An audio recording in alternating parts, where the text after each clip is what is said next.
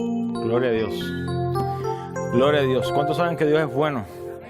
Y que para siempre es su misericordia. Por su misericordia no hemos sido consumidos. Nuevas son cada mañana.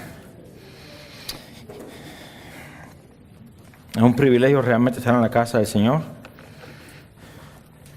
Estoy muy contento que hoy, aún a pesar del día que está bien así, como le gustaría a Eutico, ¿no?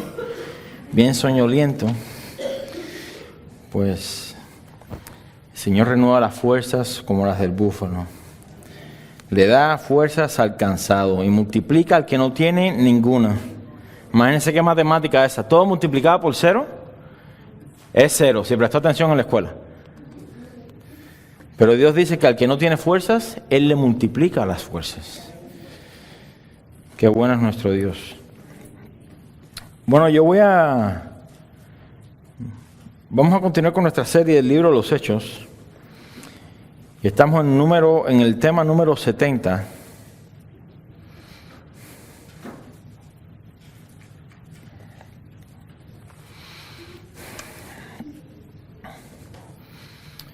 Y vamos a estar en Hechos capítulo 20, versículos del 13 al 16. Hechos 20, del 13 al 16. Y cuando la encuentras, y por favor se pone en pie, reverencia a la palabra del Señor.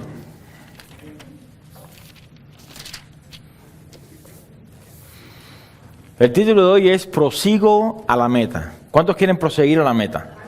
Hay muchas cosas que dejar atrás. Amén. Ninguno de nosotros hemos alcanzado la perfección, pero una cosa debemos hacer, decía Pablo, es dejar todo atrás y proseguir a la meta. ¿Y cuál es la meta? El sumo llamamiento en Cristo Jesús. Amén. Dice la palabra del Señor en Hechos 20, versículo 13. ¿Ya están conmigo? Dice: nosotros, adelantándonos a embarcarnos, navegamos a Asón para recoger allí a Pablo, ya que así lo había determinado. Si usted tiene una Biblia de papel, hágale una marquita ahí. Queriendo él ir por tierra. Cuando se reunió con nosotros en Asón, tomándole a bordo, vinimos a Mitilene. Navegando de allí, al día siguiente llegamos delante de Quío. Y al otro día tomamos puerto en Samos.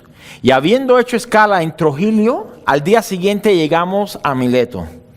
Porque Pablo se había propuesto pasar de largo a Éfeso para no detenerse en Asia, pues se apresuraba por estar el día de Pentecostés, si le fuese posible, en Jerusalén.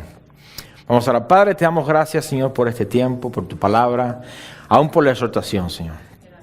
Gracias porque tú nos llamas a cada uno de nosotros a trazar rectamente tu palabra, Señor. Tu palabra penetra directamente al corazón, Señor.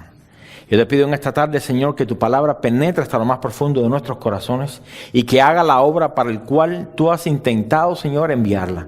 Sabemos y confiamos, Señor, de que tu palabra nunca regresa a ti vacía, siempre cumple el propósito por el cual es enviada, Señor. Te pedimos en esta tarde, Señor, que nuestros corazones hoy no sean de tierra, ni en espinos, ni tampoco en pedregales, pero que nuestro corazón sea tierra fértil para dar fruto al 100 por 1, Señor. Así que te pido que tú hagas con nosotros y a través de nosotros todo lo que tú quieras hacer. Te lo pedimos todo, Padre, en el nombre de Jesús. Y la iglesia dice: amén y amén. Gloria a Dios. ¿Se puede sentar? Bueno, la semana pasada, para los que no estuvieron, o para los que se durmieron, dentro de este libro, de serie del libro de los Hechos, estuvimos viendo la historia de Eutico. Bueno, este joven, se calcula que estaba entre los 8 y los 14 años. Este joven, pues se encontraba en el aposento alto donde estaban todos reunidos en lo que Pablo predicaba. El discurso de Pablo, dice la Biblia, que se alargó hasta la medianoche. ¿Cuántos dicen amén? Ya que él debía partir al día siguiente. Ahora, el aposento alto estaba lo más seguro concurrido de personas. No era cualquier predicador que estaba. Era el apóstol Pablo. Y concurrido de personas, había calor. Encima de eso, dice que había muchas lámparas. Y en aquel tiempo las lámparas no eran las linternas del día de hoy, ni con los celulares como en los conciertos, ¿no? No, eran lámparas de aceite. Y eso da un calor y un olor. En Cuba le decimos el quinqué. No, y eso suelta, mires, ¿qué le puedo decir? Te manchaba el techo. Si la luz se iba por mucho tiempo, ese humo negro te manchaba todo el techo. Bueno, estaban las lámparas de aceite, seguro que emitían un olor no muy grato. Había mucho calor, como les mencioné. Los niños probablemente estaban inquietos. Y Eutico hizo lo mismo, mire, que muchos de nosotros hubiésemos hecho en esa situación. No dormirse. Eutico decidió pensar en lo que era más cómodo para él. Y eso es un mal en nosotros. Siempre buscar nuestra propia conveniencia. ¿Qué es lo que yo prefiero hacer? ¿Qué es lo que yo quiero hacer? Ahora, podíamos haber girado la actitud de Eutico y haberla comparado con la nuestra. Porque cuando las cosas no salen o no funcionan o no se dan de la manera que nosotros creemos que son mejor, enseguida buscamos nuestra propia comodidad, lo más placentero para nosotros. Eutico se encontraba en esta situación donde buscó su propio beneficio y lo que era más cómodo para él, y se apartó entonces del grupo de creyentes que estaba perseverando a pesar de todo lo negativo que podía haber estado alrededor. Mire, y esto es una marca en el cristiano del siglo XXI bien tremenda, en el sentido negativo. En el sentido negativo. Enseguida que algo no va conforme a lo que nosotros creemos, ¿qué hacemos? Nos apartamos de aquellos que perseveran. Este es el enemigo, mira, afilándose los dientes. No, déjalo que venga por aquí. Estoy esperando que venga. Mira, viene directico por aquí. De eso vamos a estar hablando un poco más adelante. Sin embargo, ¿qué hizo Eutico? Decidió subir al tercer piso, donde de seguro no había nadie, y se sentó junto a la ventana a tomar aire fresco. ¿Y eso qué hizo? Intensificó el proceso de sueño que ya tenía. Y yo estoy seguro que en cada uno de nosotros hay un Eutico. Quizás hay otros que hay un Eutoque, bien grande. Pero hay una actitud de querer buscar el beneficio propio, la comodidad, lo mejor, y de no pensar por un momento que todos los demás hermanos están perseverando y corriendo esta carrera en las mismas condiciones de las cuales nosotros queremos subir. Es natural en nosotros. Es natural en nosotros. En nuestra vieja naturaleza aún se encuentra el viejo hombre que está viciado con el egoísmo y el egocentrismo. No es lo mismo. Y tendemos a pensar primeramente en nosotros. Segundo, en nosotros. Tercero, en nosotros. Ya al final que nos cansamos, pensamos entonces en nosotros para asegurarnos de que no se nos fue ninguna. Es como si todo girara alrededor nuestro. Lo que a mí me gusta hacer, como yo quiero que prediquen, lo que yo digo, lo que yo pienso que es mejor que se debería hacer. Pero la actitud de Eutico apunta más a la condición de la iglesia en día de hoy, o del día de hoy, más que una persona en lo específico, ¿no? Muchos cristianos se cansan de escuchar acerca del fundamento en el cual la iglesia debe estar. Hay una declaración por parte de los discípulos, bueno, por parte de Pedro, cuando Jesús le pregunta, ¿y quiénes dicen vosotros que soy yo? Y Pedro dice, tú eres el Cristo, el Hijo del Dios viviente. ¿Quiere decir que hay solamente un Dios vivo? ¿Un Salvador, un mediador entre Dios y los hombres? ¿Sí o no? Y Jesús le dice a Pedro, bienaventurado eres. Eso no te lo reveló ni carne ni sangre. Y yo te digo que tú eres Pedro. Y sobre esta roca yo edificaré mi iglesia. Ahora, muchas religiones han sacado ese versículo fuera de contexto y han hecho barbaridades, ¿no? Pero, ¿qué es lo que está diciendo aquí Jesús? Sobre esta roca, sobre ese fundamento de quien Dios es y la obra redentora de Cristo, entonces yo voy a edificar mi iglesia. Ese es el fundamento de la iglesia. Y hay una promesa que mientras la iglesia está en ese fundamento, nada podrá en contra de la iglesia. Las puertas del Hades no prevalecerán en contra de ella. ¿Quiere una iglesia que se destruye por completo? Abandona el fundamento. Buscando pensamientos humanos. No, ¿cómo vamos a crecer la iglesia? ¿Cómo vamos a atraer la gente? Predica el evangelio. No estamos interesados en atraer gente, se lo digo. Si viene de visita, vaya a saber. No estamos interesados en atraer gente. Confiamos en que Dios va a añadir las ovejas que son de este redil. Amén. Nuestra tarea es simplemente predicar el evangelio. El crecimiento lo da Dios. ¿Cuánto dicen amén? La perseverancia en cuanto a la santidad, la perseverancia en cuanto a congregarnos, la perseverancia en cuanto a reunirnos a orar, la perseverancia en el compartir las necesidades los unos a los otros es un tema que a la larga hace que nuestros oídos se ensordezcan. Porque ya escuché eso la semana pasada. Ya escuché eso la semana antepasada. Otra vez con lo mismo. Y yo me pregunto, ¿por qué será que sigue saliendo el tema? ¿Será que a Dios le gusta repetirse a sí mismo? ¿Cuántos de ustedes a veces usted le repite a sus hijos lo mismo? ¿Y por qué lo hace? ¿Porque a usted le gusta repetirse o porque es necesario? Bueno, ahí se lo dejo, ¿no? Nosotros nos hacemos torpes para oír, pero corremos el riesgo de desechar tales enseñanzas porque creemos que, como ya lo sabemos, necesitamos de algo más nuevo, más relevante. Y corremos el riesgo de adormecernos en el proceso y es ahí donde está el peligro. Mira, no está en la Biblia, pero camarón que se duerme. Si le pregunto un versículo bíblico con la cita, no se acuerda, pero eso sí se lo sabe. La predicación del Evangelio puede tornarse algo monótono si descuidamos nuestro corazón. ¿Cómo podemos, pregunta, cómo podemos cansarnos de escuchar el Evangelio glorioso por el cual fuimos salvos de nuestra vana manera de vivir? ¿Cómo? Ay, otra vez el arrepentimiento. Hermanos, el arrepentimiento es lo que nos da vida. ¿Cómo podemos cansarnos de predicar de la santidad si en verdad creemos que sin santidad 3 personas verán al Señor? Nadie verá al Señor. Nadie verá al Señor. Y la santidad es algo que tenemos que seguir.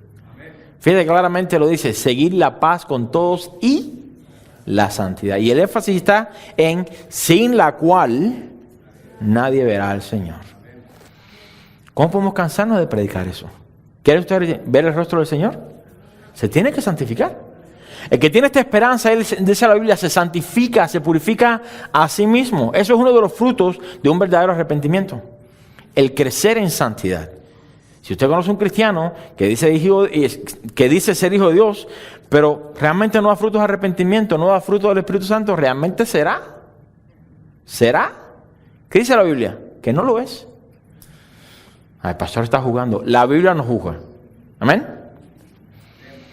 ¿Cómo podemos cansarnos de hablar de la comunión los unos con los otros si en la comunión de los santos es a donde Jehová envía bendición y vida eterna? Ay, otra vez tengo que reunirme con los pecadores esos.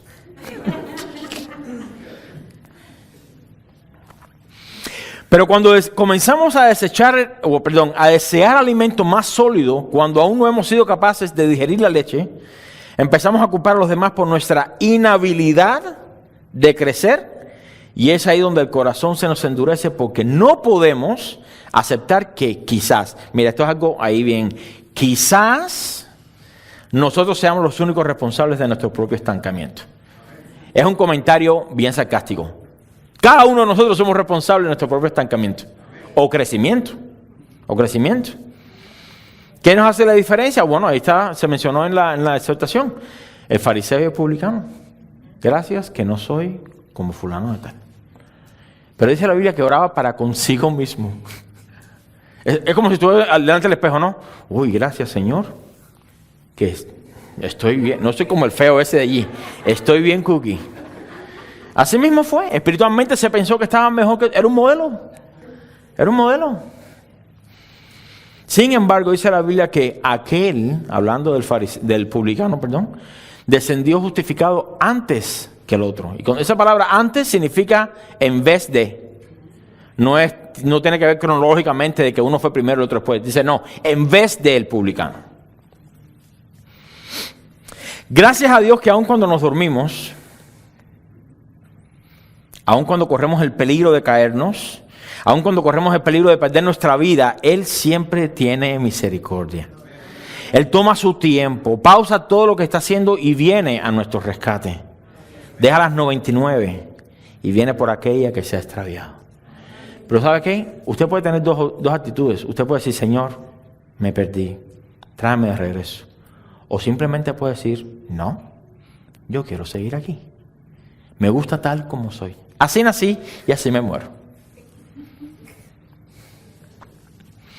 Y su obra siempre es efectuada, vuelve a restaurarnos y regresa otra vez a trabajar porque su obra tiene que seguir adelante. La obra de Dios no la para nadie. Escuche, no la para nadie. El día de mañana puede que yo me vaya de aquí. Que el Señor me lleve, ¿no? A eso me refiero. ¿La iglesia se para? No debería. Estaría yo bien furioso si yo me voy con el Señor y me entero que la iglesia se... No, le digo, Señor, regrésame otra vez para darle las orejas. No, la obra del Señor permanece. Tiene que seguir. Y Dios se proveerá de personas, escuche bien, fieles. Fieles. No conocedoras, fieles. Y eso vamos a hablar un poco más adelante. No tengo pensado irme a ningún lugar, ¿ok? Para que no se quede ahí preocupado. La obra de Dios siempre es efectuada a través de hombres fieles que Él llama al ministerio. ¿Quién llama? Dios. Dios llama al ministerio. Y este suceso en Troas con Eutico no retrasó para nada la obra salvadora de Dios. Ahora, no solo Pablo había extendido su discurso hasta la medianoche, a que usted no sabe qué sucedió. Después que resucitó Eutico, siguió hasta el alba. Se extendió la predicación y nadie más se durmió. Yo me pregunto qué habrá pasado. Mire, a veces en la iglesia es necesario que Dios permita ciertas situaciones para que la iglesia se despierte. Vamos a hacerlo de una manera personal. A veces en su vida Dios permite situaciones para que usted se despierte. Para que usted tome manos a la obra. Muchas veces Dios usa la sociedad donde vivimos con leyes injustas, pecados aberrantes, decretos satánicos y persecuciones violentas para despertar a la iglesia de su letargo. La tibieza es algo que envenena, hermanos. Mire, en tiempo de frío, usted se va a bañar, usted se baña con agua tibia. Y usted se puede quedar abajo de esa agua tremendo rato. Métase en agua fría, ¿a qué sucede? Se despierta bien rápido. ¿Sí o no? La tibieza que dice, anima al sueño, a la vagancia. Muchas veces como iglesia o como individuos podemos poner, nos creemos estar en el tercer piso y nos sentimos por encima de los demás. Y Dios a veces nos despierta y nos advierte y otras veces nos deja... ¿Para qué? Para despertarnos de otra manera. ¿Cómo quiere usted que Dios lo despierte? Yo prefiero que Dios me advierta. Yo prefiero. Pero ¿sabes qué? Cuando a veces nuestro corazón se endurece, dice, no, yo no soy así. Señor, yo, orgulloso, no, ¿qué va? Ah, no. Te voy a mostrar. Y Dios se remanga las mangas así, ¿ven? Y se sienta, dice, como el platero, a purificar la plata. Ese proceso significa que va a tomar tiempo. Dios se va a sentar. Dios no está en apuros. Dios no tiene un microondas en el cielo y dice, vamos a ponerlo ahí 3 minutos. Ya, líder de alabanza. No, Dios no trabaja así, hermanos. La escoria de nuestras vidas tiene que salir. Y es un proceso doloroso, pero es un proceso necesario. Y a menos que usted se disponga a decir, Señor, saca de mí toda la basura que hay, la cual todos tenemos, Dios nos va a usar. No puede. No puede porque sería deshonrar su palabra. Pero de seguro, de cualquier manera que Dios lo haga, ya sea que lo despierte o que haga que se caiga, no nos volveremos a dormir por largo tiempo. ¿Sí o no? Necesitamos seguir adelante con lo que Dios nos ha dado para hacer. Y mire, Pablo no perdió tiempo. Pablo era una persona que no perdía tiempo en boberías, o en niñerías, o en como quiera ponerle. En Hechos 20, versículo 13, dice, nosotros adelantándonos a embarcarnos, navegamos, el grupo de compañeros de Pablo, navegamos a Asón para recoger allí a Pablo, ya que así lo había determinado, queriendo él ir por tierra. La pregunta es, ¿por qué habría de caminar 21 millas cuando pudiera un barco bien relajado? ¿Sí o no? Era un crucero 5 estrellas. No, vamos a darle la vuelta a todo el mar Mediterráneo, ¿no? No, él decidió irse por tierra. Y por supuesto, cuando yo leí eso dije, ¿será que no habrá cabido alguien más en el barco? Y dijeron, no, Pablo, tiramos suerte y te tengo que ir caminando. Aquí no cabe nadie más. No. Enseguida que salieron de Troas, los compañeros de Pablo deciden embarcar para ir a Asón. Pero Pablo decide irse por tierra. Y escuche, por tierra era caminando. No piense que había un camello ahí a rentar. Un camello por la renta, por favor. ¿Le pongo seguro al camello? No, era caminando. Pero el hecho de que haya decidido irse solo nos puede indicar que prefirió la soledad que la compañía. Yo quiero que usted preste mucha atención a esto. La compañía de nuestros hermanos es algo agradable. La Biblia nos manda a congregarnos, ¿sí o no? A tener preferencia con nuestros hermanos, esto va a sonar bien duro, por encima de nuestra familia. ¿Cuántos dicen amén? La Biblia lo dice. Y sobre todo, si esa compañía está compuesta de hermanos que laboran en el ministerio junto con nosotros. Mire, cuando vamos a la conferencia de pastores allá en México, pasamos un tiempo genial.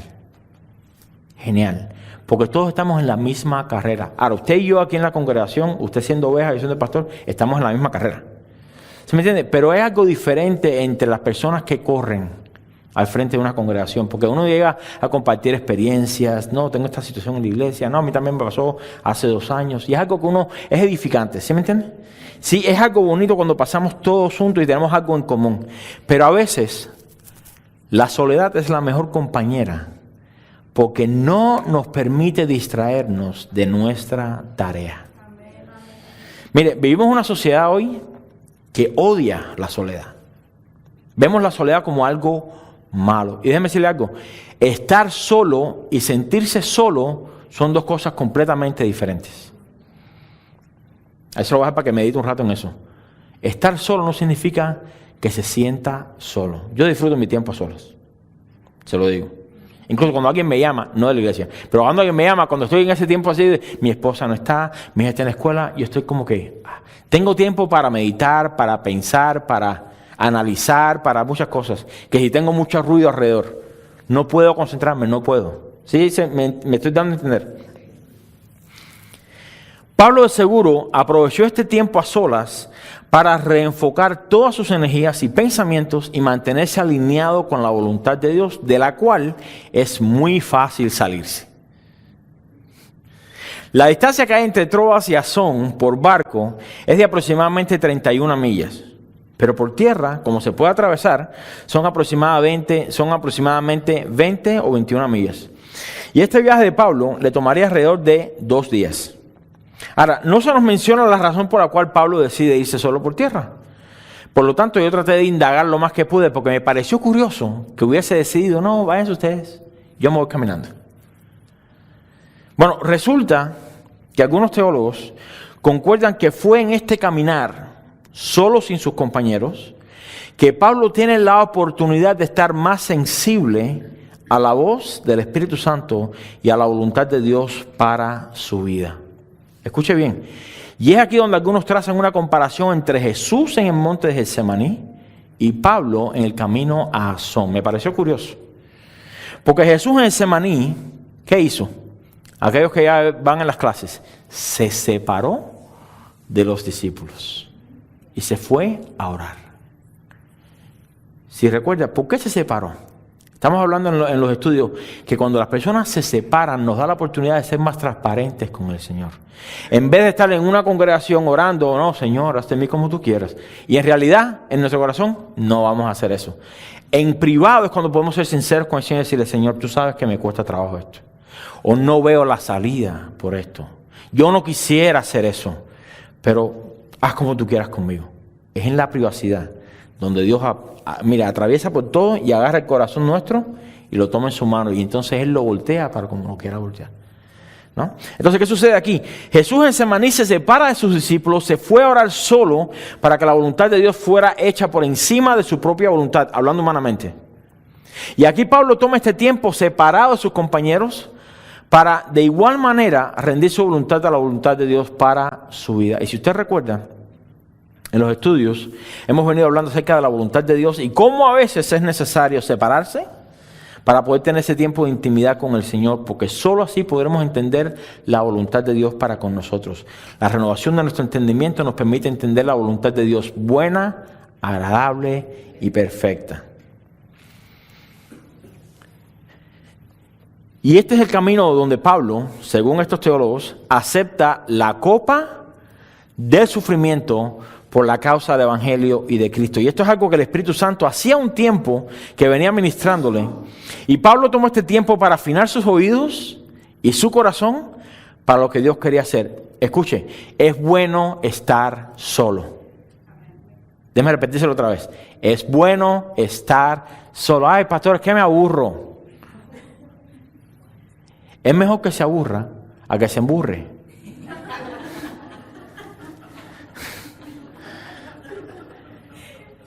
Es bueno estar solo. Porque cuando estamos solos, tenemos más conexión, tenemos menos distracciones de cómo escuchar la voz de Dios. Esto Pablo lo expresa más adelante acerca de lo que el Espíritu Santo le estaba mostrando, lo que iba a hacer con él. Y esto Pablo lo expresa más adelante en los versículos 22 y 23. Usted está ahí. Simplemente brinque hasta ahí conmigo. Eso no lo vamos a tocar hoy. Eso es la semana que viene. Hechos 20, 22 dice, ahora he aquí ligado yo en espíritu. En otras palabras, unido, haciendo la misma voluntad del Espíritu Santo. Ligado yo en espíritu, voy a Jerusalén. Sin saber, hable humanamente, sin saber lo que allá me acontezca.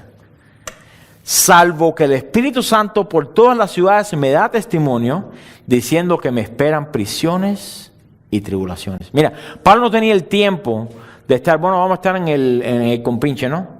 Vamos a hacer una fiesta aquí ya. Él tenía que reenfocar, porque el Espíritu Santo venía hace rato tratando con él. Te esperan prisiones y cárceles. Te esperan prisiones y cárceles. Mira, algo que marcó el ministerio de Pablo fue las persecuciones, los azotes, las prisiones, los peligros y demás, que en cualquier otra persona hubiesen hecho desfallecer. Pero Pablo de continuo recordaba las palabras de Dios a Ananías, o a través de Ananías, cuando le dijo, ve, porque instrumento escogido. Una persona fiel hasta la muerte, Pablo. Escogido. Me es para llevar mi nombre en presencia de los gentiles y de reyes y de los hijos de Israel, porque yo le mostraré cuánto le es necesario que padecer por mi nombre. Yo creo que esta es una oración que deberíamos hacer por todos los ministros cuando los dedicamos al ministerio. A ver cuántos realmente dicen, yo quiero servir al Señor. Porque el padecimiento es un cuño, un sello que se le da a cada ministro de Dios. Yo no entiendo a aquellos que dicen, no, yo soy ministro y tengo 5 estrellas, 5 carros, tengo no sé cuánto. Y el sufrimiento, yo no veo ningún latigazo que te han dado. Mira, la misión de Pablo de anunciar las buenas nuevas de salvación, tanto a judíos como a gentiles, no podía parar porque su tiempo estaba llegando a su fin. Pablo sabía que ya lo que le quedaba era poco. Entienda como poco puede ser 1 año, 5 años, 10 años. Eso es poco. Eso es poco. Con más ahínco entonces predicaba. Y yo quiero que usted note la urgencia por parte de Pablo en los siguientes versículos. Regrese ahí al versículo 14. Dice, cuando se reunió con nosotros en Asón, tomándole a bordo, quiere decir que ellos llegaron primero y esperaron por él. Cuando él llegó, tomándole a bordo, vinimos a Mitilene. Navegando de allí al día siguiente, llegamos delante de Quío. Y al otro día tomamos puerto en Samos. Y habiendo hecho escala en Trogilio, al día siguiente llegamos a Mileto. Porque Pablo se había propuesto pasar de largo a Éfeso para no detenerse en Asia, pues se apresuraba por estar el día de Pentecostés, si le fuese posible, en Jerusalén. Bueno, Pablo se había propuesto de estar en Jerusalén para la fiesta de Pentecostés. Bueno, la última vez que había estado en Jerusalén había sido alrededor de 4 o 5 años atrás. No había podido estar para la fiesta de la Pascua, lo cual era algo bien importante para los judíos. No había podido estar en esa fiesta, pero se había propuesto ir a Jerusalén para el día de Pentecostés. Y en estos versículos que leímos, podemos ver la insistencia por parte de Pablo de llegar a tiempo a Jerusalén. Tanto así que todo el viaje consistió en, no, y al día siguiente No, y al día siguiente, no hubo tiempo para, vamos a tomar unas vacaciones aquí porque el ministerio es agotador. No, al día siguiente y al día siguiente y al día siguiente. No había tiempo que perder. Era necesario llegar a tiempo para el día de Pentecostés. Era cuando se celebraba la fiesta de la cosecha. Eran 49 días de fiesta y el día 50 se celebraba el día de la cosecha, la fiesta de la cosecha. Era el día donde se celebraba la provisión de Dios para con su pueblo. Para con su pueblo. Ahora, ¿qué mejor motivo de llegar a celebrar la provisión de Dios para con los santos y pobres de Jerusalén que repartir la ofrenda que había recolectado durante este último viaje? Yo quiero estar ahí para celebrar la provisión del Señor. Estos pobres hermanos en Jerusalén podrían entonces declarar la fidelidad de Dios porque personas generosas habían dado de su profunda pobreza para sus hermanos en mayor necesidad. Mire, la mejor manera de mostrar que Dios tiene cuidado de nosotros en cuanto a suplir nuestras necesidades es cuando Él mismo las suple a través de personas generosas, no amantes del dinero. Gracias a Dios por tales personas. Una vez le dije a mi hija, el día que te vas a casar con alguien, asegúrate que tenga mucho dinero. No hay nada malo en eso. Pero que no sea amante del dinero. Hay una diferencia. Que tenga mucho dinero. Algunos están pensando, qué bueno es tener hijos o yernos que sean trabajadores. Trabajadores y no amantes del dinero. Mire, es un balance perfecto. Es mejor ser buen trabajador y no amar el dinero que no tener dinero y ser amante de lo que no tiene. Pero antes de salir de Jerusalén, o para Jerusalén, perdón, aún estando en Mileto, Pablo manda a llamar a los ancianos de la iglesia de Éfeso. Y aquí vamos a concentrarnos en la parte principal de la enseñanza de hoy. Versículo 17. Dice, enviando pues desde Mileto a Éfeso, hizo llamar a los ancianos de la iglesia. Cuando vinieron a él les dijo, vosotros sabéis. Ahora esa palabra sabéis significa es por experiencia. Ustedes han experimentado cómo yo me he comportado entre vosotros. Ustedes han sido testigos fieles de cuál ha sido mi comportamiento mientras he estado con ustedes. Vosotros sabéis cómo me he comportado entre vosotros los fines de semana, o los días de reunión, o los días de oración, o los días de estudio, o los días de ayuno. No, dice todo el tiempo. Todo el tiempo. Mire, déjeme decirle algo. La vida del cristiano realmente se basa en cómo usted vive su vida todo el tiempo. Como decía el pastor Alberto, usted puede ir aquí a la iglesia y tener cara de cristiano, cara de oveja, hasta huele a oveja. Eso no lo deje como un mensaje subliminal, ¿no? Pero en su corazón, usted no es. Usted no es. Y la pregunta es la siguiente. ¿Por qué engañarnos? Pedro le dijo al Señor, Señor, tú lo sabes todo. ¿Por qué engañarnos, hacernos creer a los demás de que verdaderamente usted es, cuando verdaderamente su corazón demuestra que no es? Y antes de que usted piense, pastor no puede juzgar el corazón porque solamente Dios ve el corazón. Sí, es verdad que Dios solamente ve el corazón. Pero Dios nos ha dado una manera de saber lo que hay en el corazón del hombre, ¿sí o no? Por sus frutos, de la abundancia del corazón. Entonces, se hace evidente. Se hace evidente. Si su boca está llena de quejas, de críticas, de murmuraciones, de chismes, de divisiones, bueno, ¿qué es lo que hay en su corazón? ¿Paz y felicidad? No. No hay. Amargura es lo que hay. Amargura. Dice aquí Pablo, vosotros sabéis cómo me he comportado entre vosotros todo el tiempo desde el primer día que entré a Asia. Bueno, aquí nos encontramos con el apóstol Pablo trayendo a la luz su conducta. Y por favor, preste atención. trayendo a luz su conducta, su testimonio, el cual había sido el mismo desde el primer día en que llegó a Asia. Mire, algo muy interesante aquí es que Pablo nunca cambió. Déjeme decirle algo, los cristianos no debemos cambiar, en el sentido de para mal.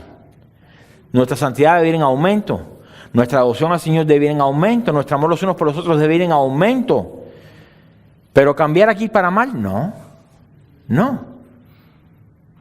Pablo no era un ministro del Evangelio que se acomodara a la cultura, ni a las circunstancias para cambiar el mensaje de Dios, ni para cambiar sus convicciones. Y algo sucede cuando el Hijo de Dios decide en su corazón ser de una misma mente y de un mismo corazón con el Señor. Pablo había estado en esta región por alrededor de 3 años y aún así su mensaje, su comportamiento y su carácter se mantuvieron intactos. Mira, no importaba cuánto hablaban mal de él, cuánto querían apedrearlo, cuánto querían azotarlo, su corazón, su meta, su enfoque nunca cambió. Yo me pregunto, ¿cómo sería nuestra vida en esta sociedad, de manera, cómo podemos impactar la comunidad si nuestras vidas fueran de igual manera? Si no cambiáramos tan seguido, si no fuéramos tan inestables, si no fuéramos tan, como dice Santiago, ¿no? Como las ondas del mar. Dice la Biblia que el que pida de esa manera, pues no piense que va a obtener del Señor nada.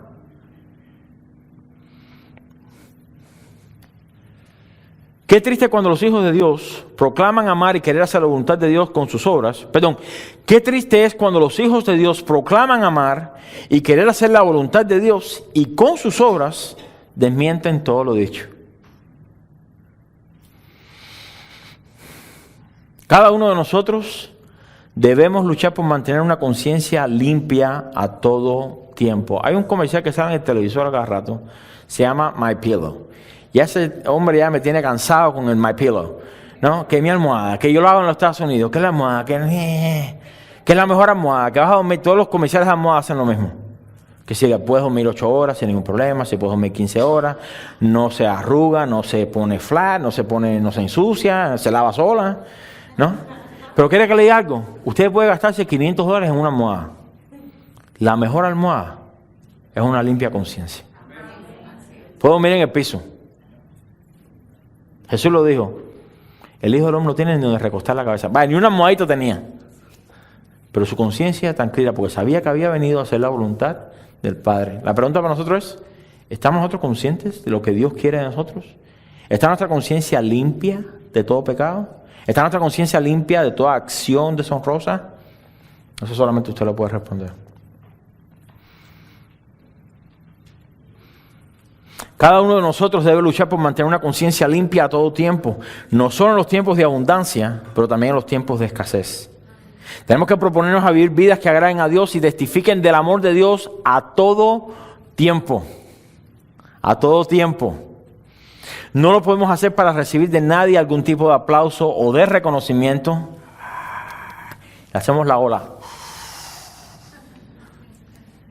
Sino que lo hacemos porque es lo que Dios pide de nosotros. Mire, a Dios no le interesa cuánto usted pueda levantar muertos.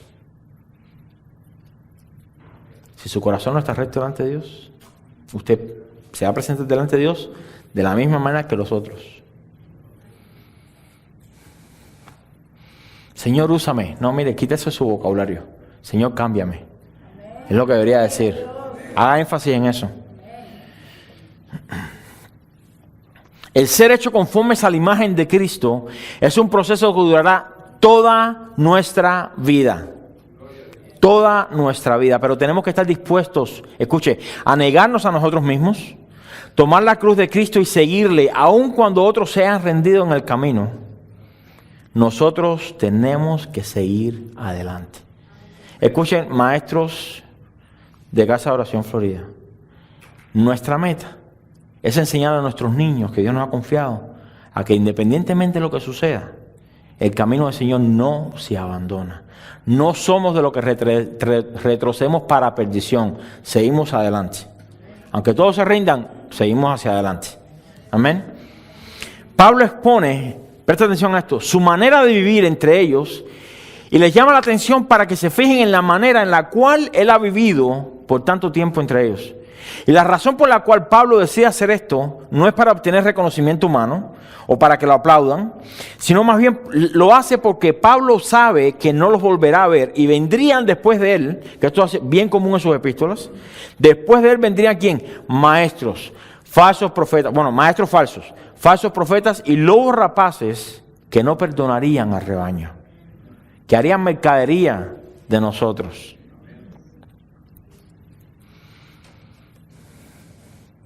Y lo primero que harían sería tratar de desacreditar el carácter de Pablo para entonces así ganar el favor y la atención del pueblo.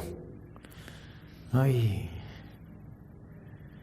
Pablo, con lo enano que está. Y tiene un aguijón que camina medio raro. Mira la cantidad de pedradas que le han dado. ¿Cuántas veces ha estado preso? Seguro está en pecado. Y venían a desacreditar el carácter de Pablo. Y por tal razón Pablo siempre comienza sus epístolas.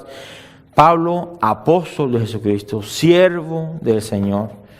Porque la lucha por desacreditar el carácter de un hombre de Dios, eso no es nuevo antes. Eso no es nuevo hoy. Tampoco.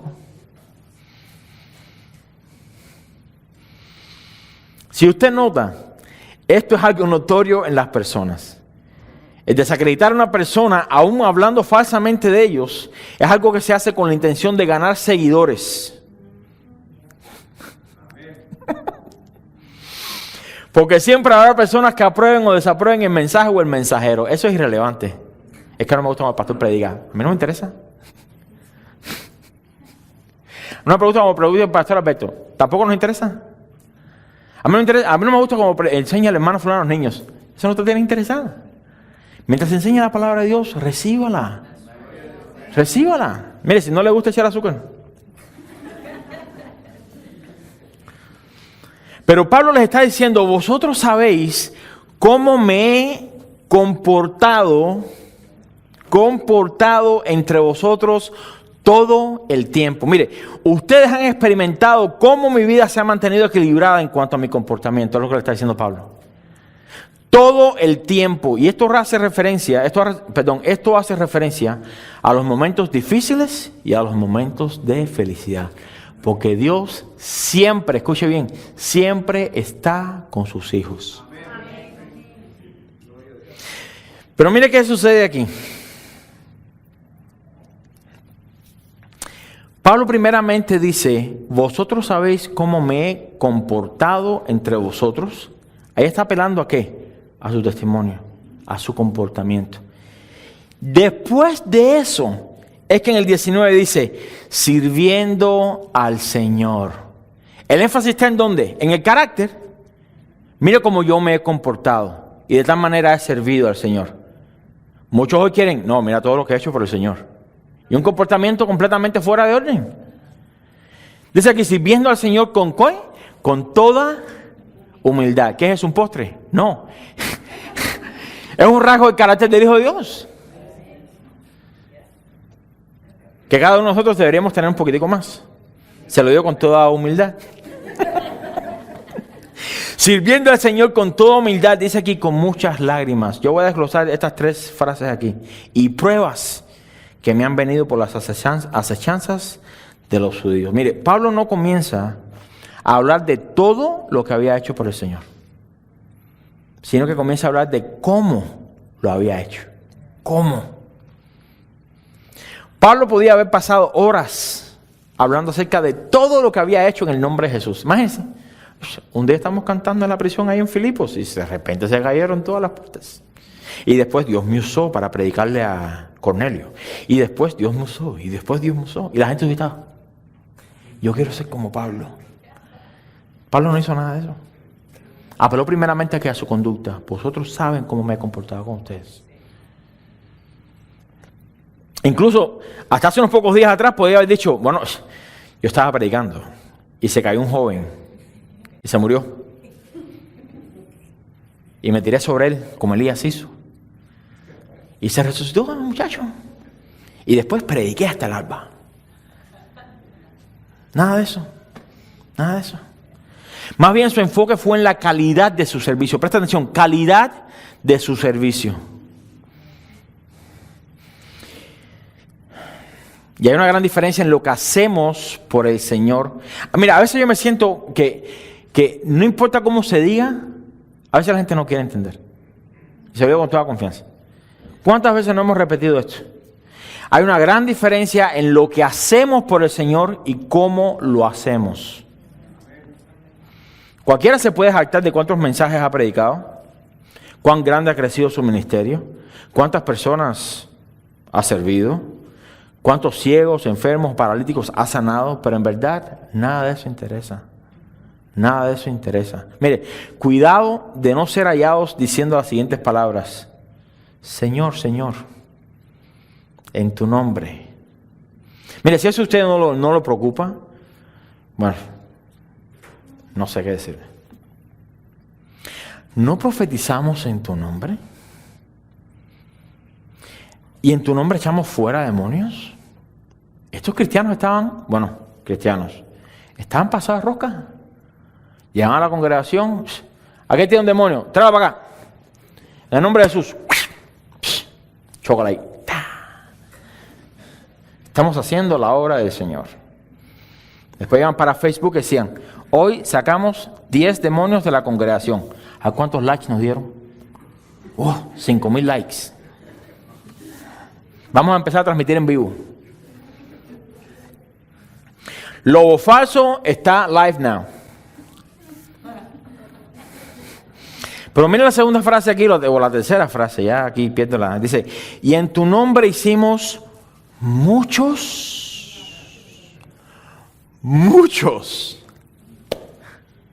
Cualquiera en esa congregación hubiese dicho, no, fulano de tal, el apóstol, ni lo toquen. Es más, cuando entre por ahí vamos a tirar la alfombra roja para que camine. Es más, vamos a cargarlo. Pues, el ungido. Sin embargo, un final bien triste. Pero queda de enseñanza para nosotros. Usted puede, déjame decirle esto aquí, usted puede ser usado por Dios, póngale. Y aún así, irse al infierno. No sé si me entendió. Estas personas hicieron muchas cosas en el nombre de Jesús, muchas. Pero no importó la cantidad de cosas que habían hecho. Ellos no lo habían hecho para la gloria de Dios, sino para su propio reconocimiento. Si lo hubieran hecho para la gloria de Dios, hubiesen hecho, escuche, solo la voluntad de Dios. Solo, nada más, solo la voluntad de Dios, no la de ellos. Y según Jesús aquí en Mateo 7, la entrada al reposo de Dios está basada en la obediencia a su voluntad y no en la cantidad de obras que hagan dentro de la propia voluntad de ellos. El Señor le dice, mira, desecha esto, apártate de aquí, cambia esta. No quiero hacer nada de eso, Señor. Yo voy a hacer milagros. Ok, se pasará su vida haciendo milagros. Le van a poner un apodo, fulanito es milagrero. Pero el día de mañana se para delante de Dios y ahí quedó. Y no hay otro chance, déjeme decirle. El día del juicio no hay otro chance. Como fue encontrado, así se queda. Cuando la trompeta suene, así se queda. Hay gente que dice, no, pastor, ¿será posible que cuando la trompeta suene que rapidito yo pueda hacer una oración ahí de arrepentimiento? Y la pregunta mía es, ¿qué te garantiza a ti que vas a tener esos 3 segundos? Eso es empezando. Y número 2, ¿qué te garantiza que la oración es genuina si esperas hasta el último momento? Es como la gente cuando se entrena, cuando alguien se le mete delante del carro y decirle, no, Dios lo bendiga. Pero en realidad en su corazón lo que quiere decirle es que te parte un rayo. ¿Y así quieres jugar con su vida eterna? A última hora, ay, Señor, perdón los pecados. ¿Realmente eso fue algo que nació de un corazón arrepentido? Probablemente no. Probablemente no. Lo que en verdad importa es cómo, con qué intención, con cuánta dedicación, fidelidad y entrega lo haya hecho. Lo que más interesa siempre en el servicio a Dios es la fidelidad, escuche bien, y nunca la cantidad. Nunca la cantidad. Aún en la parábola de los talentos, lo que el Señor apunta cuando llama a sus siervos a rendir cuentas no es la cantidad de lo que produjeron. A ver, ¿cuánto produjiste? No, me ha dado 5. No, ¿y tú cuánto hiciste? No, 8. ¿Y tú cuánto hiciste? No. No, fuiste fiel con lo que te di. buen siervo y fiel. Ah, caray. Entonces la fidelidad tiene que ser un rasgo donde en el Hijo de Dios, especialmente aquellos que quieran aspirar al ministerio. Pero si es infiel en lo poco, ¿qué le garantiza que va a ser fiel en lo mucho? Yo recuerdo una pareja que nosotros una vez pues conocíamos, antes de ser pastores, que nunca daban nada en la iglesia. Antes no daban un kilo prieto. El pastor se queda con eso. ¿Qué te interesa a ti? A ver la pregunta, ¿qué te interesa a ti? Y me decían, no, el problema es que, imagínate, estamos viviendo de lo mínimo. Y yo decía por dentro, pues, ¿será, si acaso, porque tienes un corazón egoísta? Y un día me dice, ay, tengo un consejo que pedirte. Digo, ¿sí, cómo? Me dice, a mi esposo le ofrecieron tanto negocio de no sé qué cosa. Tanto negocio de no sé qué. Pero nos va a tomar muchas horas. A lo mejor no vamos a poder asistir a la iglesia y esto y lo otro y esto y lo otro. Pero por lo menos podemos empezar a diezmar. Mira, yo casi me echo a reír. Como mismo usted hizo. Porque si con $10 no era fiel con $1, ¿cree ahora que con millones va a hacerlo? Seriously? Really? No lo va a hacer. No lo va a hacer. Entonces, lo que Dios apunta siempre para los siervos de Él es que fidelidad. Pablo decía, teniéndome por fiel en el ministerio. Habiéndome tenido por fiel. Lo que Dios mira es la fidelidad. A fin de cuentas, cuando somos fieles al Señor, Él es quien da el crecimiento. Nuestra tarea, tanto como ministros, como predicadores, como maestros y como cristianos, es simplemente dar de gracia lo que por gracia hemos recibido. Nada más. El evangelio se trata de decirle a otra persona dónde usted ha encontrado la salvación. Nada más. Es un mendigo diciéndole a otro, mira, el pan lo están dando allí. No, pero la gente no, dame $5 y te digo dónde está el pan. A cobrar. Bueno, en vida tendrán sus bienes. Aquí Pablo menciona 3 ingredientes de que cada ministro del Evangelio, tiene que estar dispuesto a experimentar. ¿Está listo? ¿Está listo? Ok. Pablo menciona toda humildad, muchas lágrimas y pruebas. No, ya el pastor se pasó de rosca. Ya se le fue la mano. Mire, aquí toda humildad hace referencia a un estilo de vida donde la fidelidad al llamado va muy por encima del simple título apóstol, o pastor, u obispo. Un apóstol es alguien que ha sido enviado para una misión. Es alguien al cual se le ha confiado cierta responsabilidad con algo de mucho valor y se espera de esa persona que sea ¿qué? Fiel. Es necesario que los administradores de la gracia de Dios sean hallados fieles. Fieles. En cierta manera, cada hijo de Dios, usted y yo, hemos sido enviados al mundo para declarar el mensaje de gran valor que se nos ha confiado, por el cual hemos creído. Déjame bajarle ahí para que usted no se le suba el... No somos apóstoles. Déjame aclararlo bien. Solamente habían 12 apóstoles. Nada más. Eso que usted ve el día de hoy, túmbelo, eso es de cartón. ¿Ok? Pero sí en cuanto a la función. No tenemos un título, el apóstol José, o el apóstol Saúl, o el apóstol Carlos. No, Carlos. El apóstol Charlie. ¿No? Pero sí tenemos una función de ser enviados, hemos sido enviados para entonces declarar la grandeza de la salvación. El gran problema de todo hombre es que los títulos nos atraen.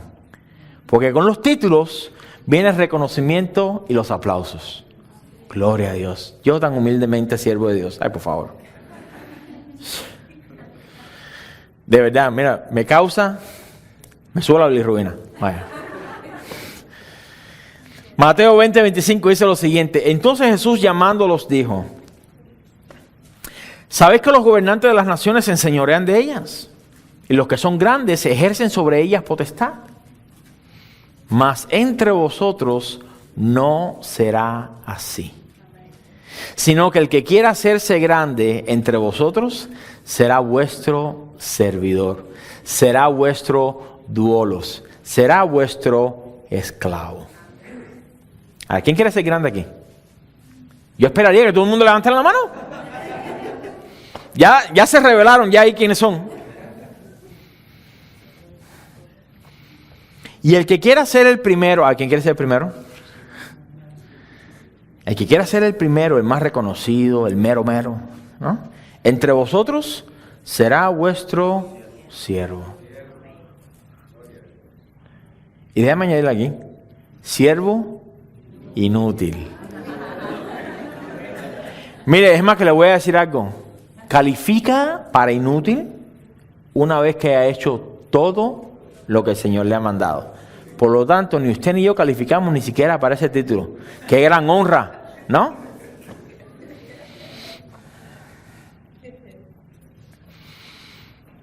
No, ya que esta iglesia no regreso más. Es el versículo 28. Como el Hijo del Hombre no vino para ser servido, gloria a Dios. Gloria a Dios. ¿Qué podíamos ofrecerle al Señor? Él lo dijo claramente, alabanza de hombre no recibo. Sin embargo, recibe la nuestra, ¿por qué? Porque ya no somos hombres naturales, somos santos. Es diferente. La adoración que nace de un corazón que ha sido santificado, separado, perdonado desde mucho aprecio delante de Dios. Mire, por encima de los cantos angelicales. Usted puede tener la voz de sapo más fea que tenga. Déjenme decirle. Pero si usted adora al Señor con el corazón, mira, Dios le puede decir a los ángeles, mira, silencio. Silencio que está cantando fulano de tal. Siempre regresamos a eso, al corazón, porque de él emana la vida. Amén. La humildad de Pablo descubre lo que en verdad él era. Era un siervo de Jesucristo. Y esta es la actitud que tenemos que tener si es que vamos a ser útiles en las manos de Dios. En el reino de los cielos no hay espacio para los arrogantes, ni para los que quieren ser vistos por los hombres, ni reconocidos por ellos. Por el contrario, si quiere ser el primero, tiene que hacerse el último. Si quiere ser el mayor, tiene que hacerse siervo de todos. De todos, del que le cae bien y del que no le cae bien. ¿Cuántos derechos tenían los esclavos en aquellos tiempos? Ninguno. Nada más tenían izquierdos, pero derechos no tenían ninguno. Pero nosotros a veces pensamos que tenemos ciertos derechos, ciertos privilegios, no sé. Pero el cristiano en verdad, y déjeme decirle algo que a lo mejor a usted no le va a gustar. Bueno, añádale. El cristiano no tiene derechos. Porque déjeme decirle algo, aunque usted tenga derecho, por amor, debe abstenerse. Pablo decía, todo me es lícito, pero no todo me conviene. Todo me es lícito, mas yo no me dejaré influenciar, dominar de ninguna de esas cosas. Por amor a nuestros hermanos, dejamos de hacer. Dejamos de hacer. No, es que yo tengo el derecho. Usted no tiene ningún derecho. Sus derechos fueron quitados en la cruz a cambio de la salvación. ¿Quiere derechos? Entrega la salvación. ¿Quiere la salvación? Entrega los derechos. No puede tener ambos. Aunque usted no diga amén, así es. Jesús claramente lo dijo. Si alguien te da en la mejilla derecha, no le dijo, no, dar un puño en la otra. Le dijo, no, voltea también la otra. Si alguien te dice, ve conmigo una milla, ¿sabes qué? La ley dice que una milla está bien, no, ve con el 2. Si te pide la capa, no, también deja la túnica. Y todo lo que te pida, ni se lo pidas de regreso, ya que se quede con él. Gloria a Dios. Claro, de ahí se aprovechan a uno, no, la Biblia dice que no me pides de regreso lo que no.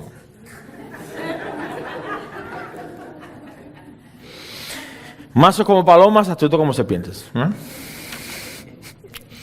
Pero mire, esta humildad no se hace visible por el simple hecho que digamos amén. Nadie dijo amén. La humildad no se refleja en cuánto usted diga amén o con cuánto énfasis usted diga amén o cuántas veces usted quiera cantar, levantar las manos. No tiene nada que ver con eso. Esta humildad se desarrolla en la mortificación de la carne. Mire, hay una historia en Cuba, los que son cubanos aquí entenderán. Cuando Rusia fue al cosmos con el Sputnik en el año... Un cubano fue, antes que los Estados Unidos. Déjeme decirle. Usted lo puede negar todo lo que usted quiera, pero es la realidad. Y cuando regresó, Arnaldo Tamayo Méndez, aquí no me dejan mentir cuando regresó se cuenta que vino con las manos hinchadas. Y pensaba que se le había hecho un tipo de reacción con la luna o algo así. Y cuando le preguntaron, es un chiste, ¿ok? Cuando le preguntaron que por qué tenía las manos hinchadas, dice, no, que cada vez que iba a tocar un botón me hacían. Y bajó con las manos hinchadas porque no le dejan tocar nada. Ahora, ¿por qué les digo eso? Porque así deberíamos ser nosotros con la mortificación de la carne. Nosotros, escuche, deberíamos ser cristianos tuertos y mancos.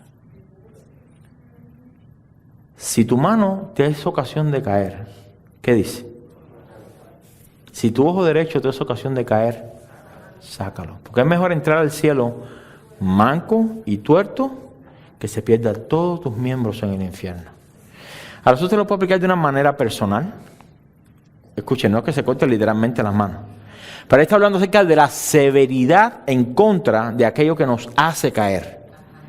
Cuando en realidad muchas veces lo que hacemos es que simplemente le pasamos la mano. No, ay, pobrecito, es que yo soy así. Es que nadie me ama. Es que nadie me entiende. Por eso es que yo hago esto. Córtelo. Córtelo. Pero también lo puedo aplicar al contexto de la iglesia, hablando de cuerpo. Si un miembro empieza a causar divisiones, empieza a hacer tropezar a otros, ¿qué hay que hacer? Dice ahí. Córtalo. Sácalo. Porque es mejor que ese miembro se pierda a que todo el cuerpo sea echado. Así que anda en línea. Mire. Esta humildad no se hace visible por el simple hecho que digamos amén. Esta humildad se desarrolla en la mortificación de la carne. Y no podemos ser el menor de todos, ni el siervo de todos, si estamos aún más preocupados por obtener una posición o un título dentro de la iglesia. Aquí el apóstol Pablo menciona también la frase muchas lágrimas. Muchas lágrimas. Mire, el apóstol Pablo habría derramado durante su vida de ministerio la cantidad de lágrimas que muchos derramarían en la duración de toda su vida. Las veces que Pablo describe el derramar lágrimas, lo hace dentro del contexto de los creyentes.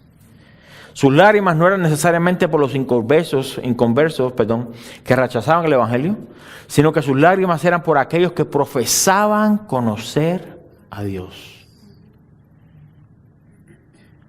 Mira, y esto se puede traducir en muchas maneras. Cuando la gente de afuera lo ofende, a usted no le interesa. Si alguien en la carretera le dice un nombre o le hace un gesto, a usted no le interesa. Usted le dice como todo cristiano, que Dios te bendiga. Y mira a ver cuando es que viene el rey del cielo, ¿no? Que Dios te bendiga. Pero cuando más duele, cuando más causa, es cuando son los de la casa. Aquellos que traicionan, aquellos que hacen, aquellos que deshacen. Entonces, las lágrimas de Pablo aquí era por quién? Por aquellos mismos que él había engendrado por el evangelio. Algunos se retiraron. Una de las enseñanzas que dieron en el Congreso de los Pastores fue acerca de Demas. Que Demas, amando al mundo, se fue. Y así pasa muchas veces. Personas con las cuales uno invierte tiempo, recursos, etcétera, y de repente duele, ¿sí o no? ¿Nunca le ha pasado? ¿Nunca se ha desgastado usted por alguien y después le dicen gracias? Y se van. Sus lágrimas no eran necesariamente por los inconversos, eran por aquellos que profesaban conocer a Dios. Y Pablo derramaba sus lágrimas por la iglesia. Si en verdad cada ministro del evangelio se goza cuando la iglesia crece sanamente, cuando los hermanos están perseverando en la santidad y cuando experimentan victoria sobre el pecado, basta un simple acto de carnalidad, un simple acto de rebeldía o de desobediencia para traer a tal ministro de las nubes al suelo, pero bien rápido. Donde lo único que podemos hacer es orar y orar. Yo se lo voy a decir claramente. Sí molesta, sí duele, sí frustra. Pero esto es algo, escuche, a lo cual todo aquel que ha sido llamado debe estar dispuesto a enfrentar. Jesús lloró. Jesús dijo, ay Jerusalén, ¿cuántas veces he querido reunirte como la gallina recolecta sus pollitos? Pero no quisiste, no quisiste. Mire, como pastores de una congregación, entendemos la gran responsabilidad que tenemos de encaminar a todas las ovejas que el Señor nos ha confiado por el camino estrecho que lleva a la puerta estrecha, la cual pocos hallan.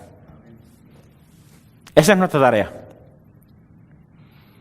Sin embargo, las ovejas están propensas a desobedecer y en su naturaleza es normal el rebelarse en contra de la autoridad. Esa es nuestra naturaleza. Aquí cada día oramos por las autoridades, para que Dios nos enseñe a someternos a las autoridades, no solamente en la iglesia, en todos los ámbitos, porque la autoridad viene delegada de parte de Dios. Es instituida por Dios, toda autoridad. Entonces, en nuestra naturaleza está ¿qué? Es rebelarnos. La esposa siempre va en contra de lo del marido. El marido siempre va en contra de la esposa. Los hijos ni se diga.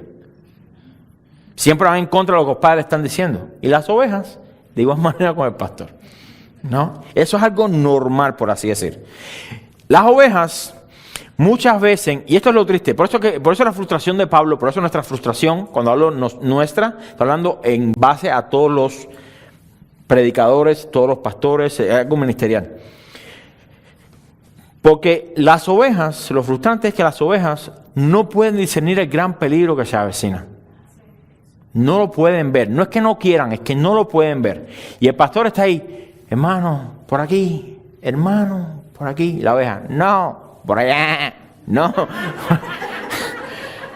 Y uno quiere como que, a este es el peligro, a este es el barranco. No, yo quiero ver el amanecer. Y se van para allá, y se van para allá. Y con una alegría. Y al final uno es el que sufre. Lo mismo pasa con los padres. Cuando los hijos se rebelan y se empiezan a hacer sus andanzas, ¿qué hacemos nosotros los padres? Nos entristecemos. Porque queremos advertirle de peligros que ya nosotros vivimos. Y ellos, no, tú no entiendes. No, o sea, como yo nací ayer, ¿no? Pero es una impotencia, ¿qué es lo que sucede? Es una impotencia de querer cambiar a las personas, de que les entre por aquí lo que la Biblia dice. A veces uno quisiera como que zarandearlo como a trigo, ¿no? Pero no podemos, porque la Biblia nos manda a pastorearlos de una manera mansa, con paciencia, con amor. Pero eso no quita que la vara hay que usarla de vez en cuando. Pero las ovejas, cuando uno saca la vara enseguida, me voy de aquí. Aquí no me aman, ¿no?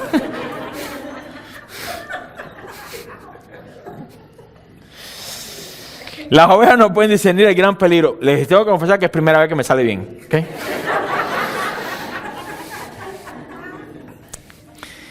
Las ovejas no pueden discernir el gran peligro que hay, escuche, en tomar ciertas decisiones. Yo le agradezco, mira, la confianza a muchos de ustedes que vienen y dicen, pastor, necesito un consejo. Y en verdad lo toman. A mí eso me pone, le voy a decir una cosa, yo con eso no me siento como que, hizo lo que yo le dije. No, eso es una gran responsabilidad en mí, porque sé que si algo sale mal, ¿de quién es la culpa? Mía. Cuando alguien viene y me dice, pastor, necesito un consejo, tengo esta situación, ¿qué usted cree que debería hacer? Señor, ahí mismo, ¿no? Señor, ¿qué le digo? ¿Qué le digo? ¿Qué le digo? El Señor entonces me dice, no, mira, siento de parte del Señor decirte esto, haz esto, haz esto. Y lo ponen en práctica, me funcionó, gloria a Dios. Pero cuando vienen los otros, pastor, deme un consejo. Pero ya aquí se le ve que, deme un consejo con el cual yo esté de acuerdo. No pierdas mi tiempo. Si te voy a poner, ¿para qué me va a poner aquí en comunión con el Señor? Para después usted decir, no. Ya se me lo dijo el pastor Alberto. O ya se me lo dijo Chuy. O ya se me lo dijo. Bueno, sí. ¿Qué más quiere que le diga? La Biblia lo dice. Yo sé que la Biblia lo dice, pero no, yo creo algo relevante. Ok, está bien. Entonces las ovejas no pueden discernir el peligro que hay en tomar ciertas decisiones, las cuales muchas veces las toman a la ligera. Qué triste. Como pastores sufrimos cuando las vemos caminar hacia un despeñadero y por más que le digamos del peligro, ellas creen que es lo mejor para ellas. O aún peor, Dios me está mostrando que es por aquí. Esto es algo bien cercano a nosotros. Créame que eso es algo que nos lleva a cada uno de nosotros a orar y a llorar con muchas lágrimas. Ay, no voy a ponerme aquí con una guitarrita y decirle, no. Pero créame que sí pasa, sí pasa. Pero parte de esto, pero esto es parte del paquete de responsabilidades que cada pastor debe estar dispuesto a llevar. La imposibilidad de cambiar a las personas nos debe llevar a nuestras rodillas y orar por las ovejas que Dios nos ha confiado. Si en verdad cada persona dará cuenta por sus propias decisiones, usted es responsable por sus propias decisiones, nosotros debemos asegurarnos de no tener ningún tipo de mala conciencia por lo que se ha enseñado. Otra vez le digo, nuestra conciencia está bien tranquila, bien limpia. Pablo derramaba lágrimas por el hecho de que amaba a sus hermanos, oraba por ellos, los exhortaba, los amonestaba, los contristaba, se familiarizaba con otros ministros en cuanto a sus situaciones. Pero hay otro pasaje que va aún más profundo en cuanto a la tristeza que Pablo sentía. Vaya conmigo a Filipenses 3, por favor. Filipenses 3.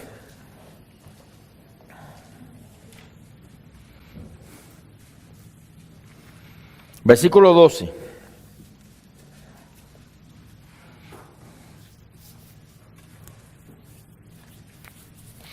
¿Ya lo tiene? Dice, no que lo haya alcanzado ya, ni que sea perfecto, sino que prosigo por ver si logro hacer aquello para lo cual fui también asido por Cristo Jesús. Hermanos, yo mismo no pretendo haberlo ya alcanzado, pero una cosa hago. Olvidando ciertamente lo que queda atrás y extendiéndome a lo que está adelante, prosigo a la meta, al premio del supremo llamamiento de Dios en Cristo Jesús. Así que todos los que somos maduros, ¿cuántos maduros hay aquí? ¿Cuántos más duros hay aquí?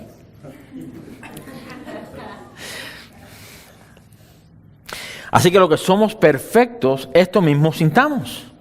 Si otra cosa sentís, esto también os lo revelará Dios. Pero en aquello a que hemos llegado, sigamos una misma regla, sintamos una misma cosa. Hermanos, sed imitadores de mí y mirad a los que así se conducen según el ejemplo que tenéis en nosotros.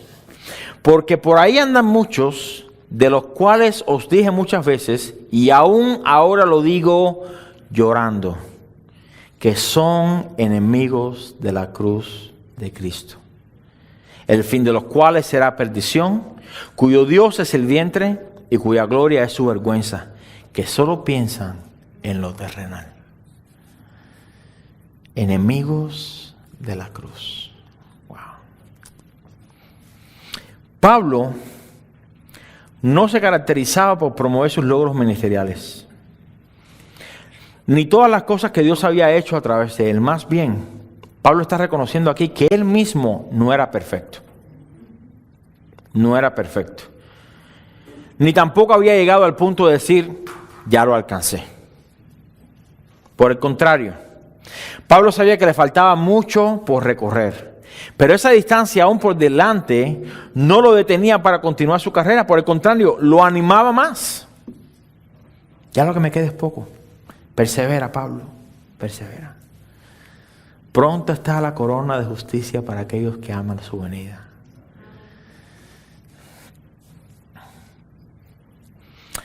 Los versículos 15 y 16 hacen un énfasis tremendo en cuanto a la unidad del cuerpo. Dice, esto mismo sintamos una misma cosa, sigamos una misma regla, sintamos una misma cosa. ¿De qué está hablando ahí? Ser uno. Ser uno. Y aún el verso 17 habla de la unidad en donde seguir el mismo ejemplo.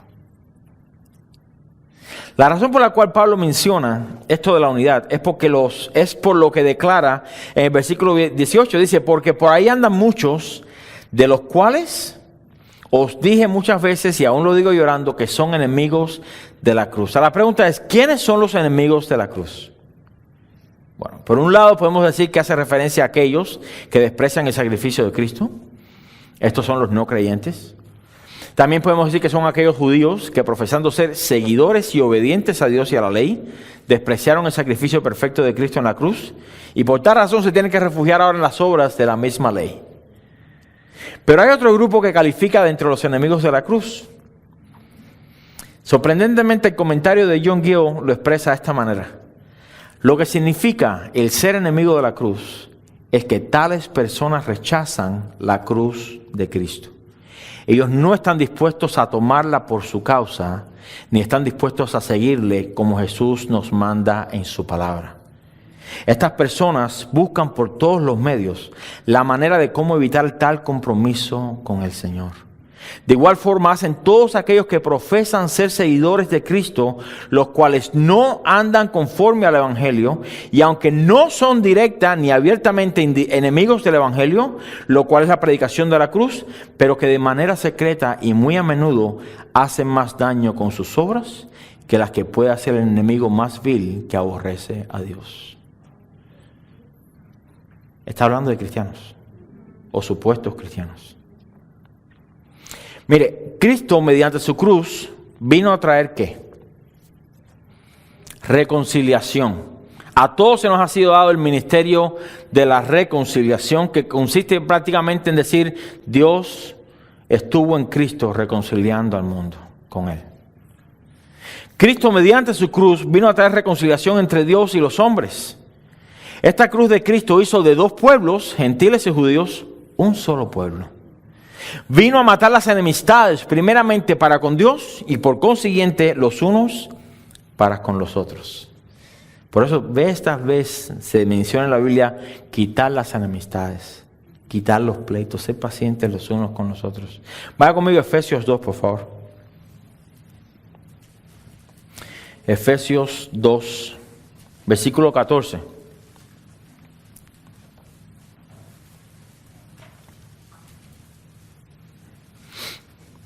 Dice, porque Él es nuestra paz, que de ambos pueblos hizo uno, derribando la pared intermedia de separación, aboliendo en su carne, ¿qué? Las enemistades. La ley de los mandamientos expresados en ordenanzas, para crear en sí mismo de los dos un solo y nuevo hombre, haciendo la paz. Y mediante la cruz, reconciliar con Dios a ambos en un solo cuerpo, matando en ella las enemistades. Ahora, si hemos sido reconciliados para con Dios, el fruto de esa reconciliación tiene que ser visible en cuanto a cómo vivimos nuestra vida como hermanos. De cierto habrá momentos en que tendremos diferencias, ¿sí o no? ¿Usted no tiene diferencias con su esposo o con su esposa? ¿Por eso la deja? No. ¿Tiene diferencia con sus hijos, sí o no? ¿Por eso los deshereda? No. De cierto habrá momentos en que tendremos diferencias de opinión en cuanto a algo, se levantarán argumentos y demás, pero escuche, aquellos que han sido reconciliados para con Dios, tienen que buscar la reconciliación entre los hermanos. Déjenme volvérselo a repetir. Aquellos que han sido reconciliados para con Dios tienen que buscar la reconciliación entre los hermanos. ¿Por qué? Porque estamos llamados a ser pacificadores. ¿Qué significa ser pacificadores? Usted es completamente equilibrado. Usted no toma el lugar de nadie. Que si fulano está correcto, que si fulano está correcto. Que tú eres el culpable, no, tú eres el culpable. A eso no le llamo Dios, usted no es juez. Una persona que es pacificadora va simplemente a, ok, sí, te ofendió, está bien. Te ofendiste, ok, está bien. A ver, desen la mano.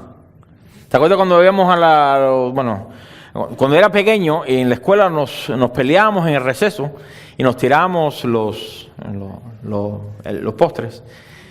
La maestra venía y nos agarraba por las orejas. ¿Sí recuerdan? Ven acá. Pídanse perdón. Pídanse perdón. Aunque lo diga primero. Dese la mano.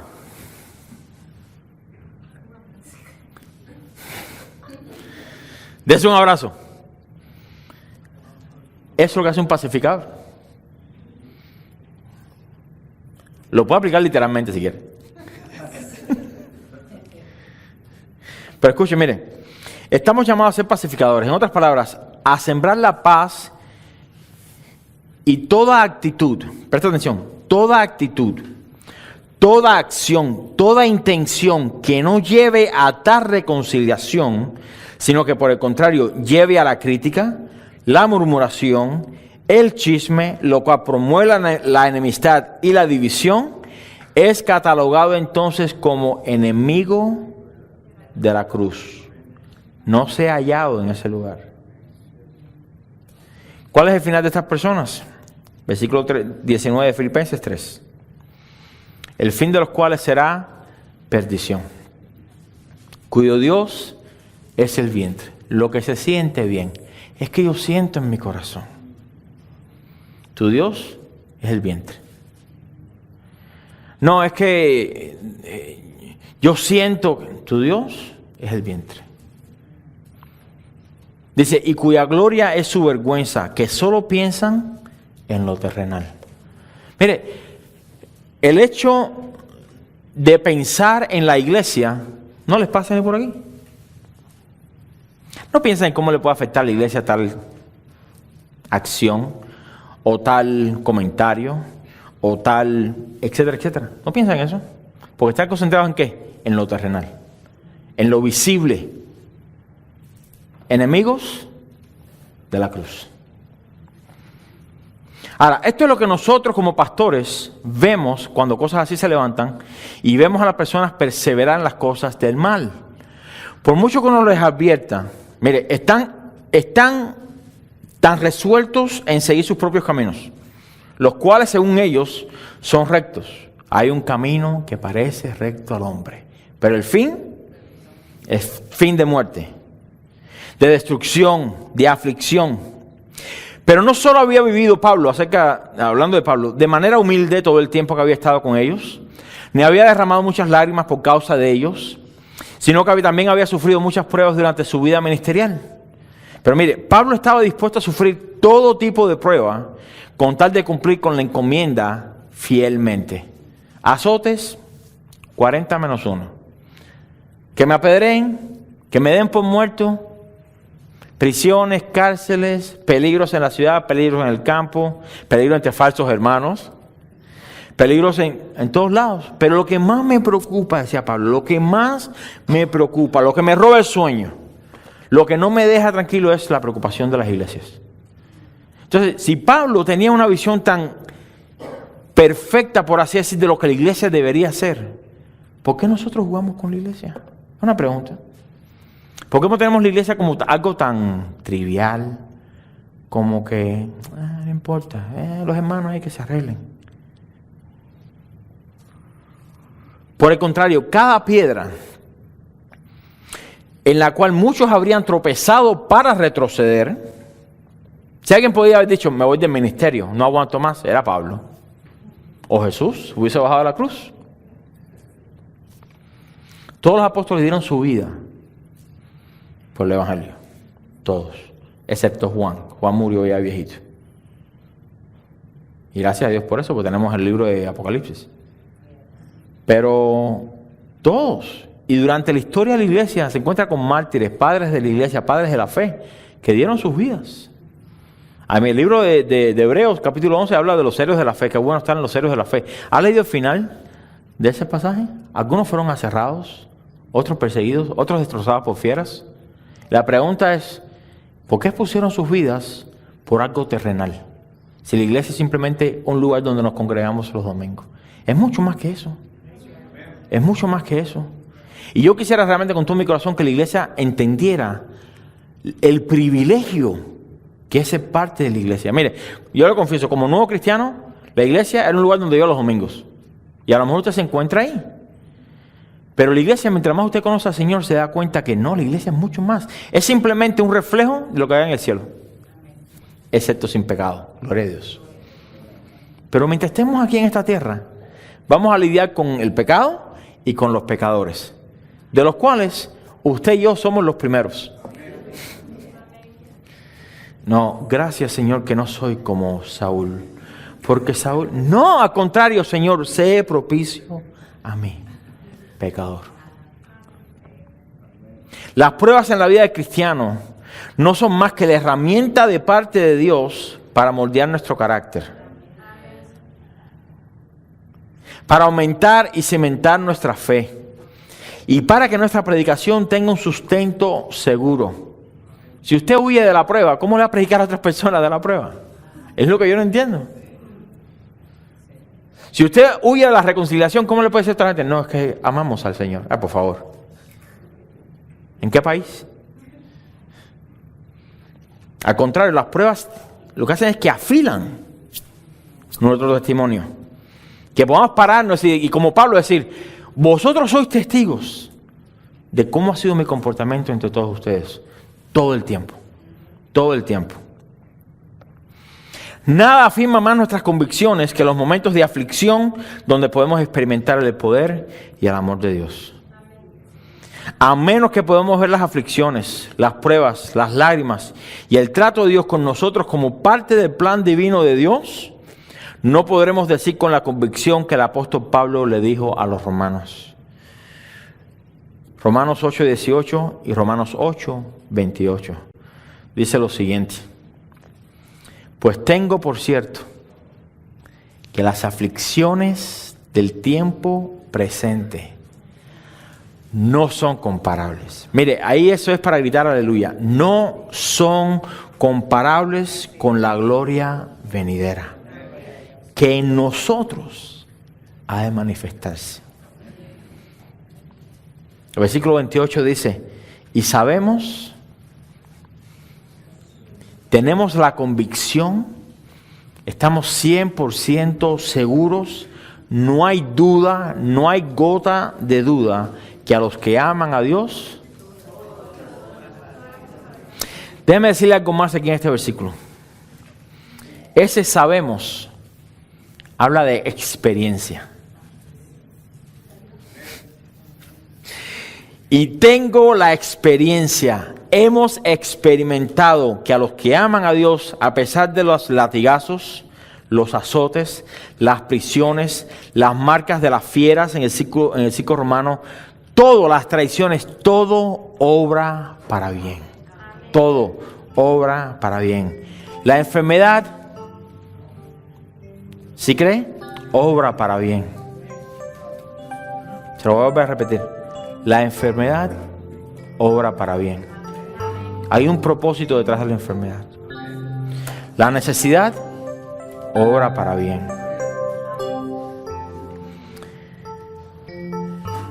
Las tribulaciones obran para bien. Las traiciones obran para bien. Obran para bien. Pero obran para bien ¿de quién? ¿De todos? A los que aman a Dios. A los que aman a Dios. Mire, usted se da cuenta cuándo en verdad o cuánto en verdad usted ama a Dios. Cuando usted recibe el trato de Dios. Cuando usted se sienta en la mesa del alfarero y dice, Señor, hasta que no termines conmigo, no voy a buscar aguas para saciar mi fe. No voy a construir cisternas vacías que no retienen agua. Pero es necesario quedarnos ahí. Porque si usted se sale del proceso de Dios, usted se cansa del proceso de Dios, usted reniega del proceso de Dios, usted está demostrando que usted no ama a Dios lo suficiente, escuche bien, no lo ama lo suficiente como para ser transformado conforme a su imagen. Y eso es algo que usted tiene que pedirle al Señor que le muestre. Hermanos, de verdad, les ruego, pídele al Señor que le muestre. Señor, ¿qué quieres que cambie? No que haga, déjela haga, échalo afuera. ¿Qué quieres que cambie? Yo soy así y soy así. No creo que a mis propias fuerzas lo pueda cambiar. Pero si tú me muestras, si tú me ayudas, yo sé que entonces tú me vas a cambiar. Y una vez cambiado, una vez que tú tengas mi corazón en tus manos, lo que quieras de mí, lo puedes hacer. Y en ese momento, hermanos, miren, que lo pongan a hacer nada, usted va a estar contento, usted va a estar gozoso. Pero mientras siga renegando de lo que no hacen con usted, de lo que no han hecho con usted, créame, se va a marear en esa mesa. Se va a marear, pero Dios no lo va a soltar, a menos que usted se baje. Usted se baja, ya queda en usted. Dios nos quiere mantener ahí, pero usted tiene que quedarse ahí, fiel a lo que Dios quiere hacer.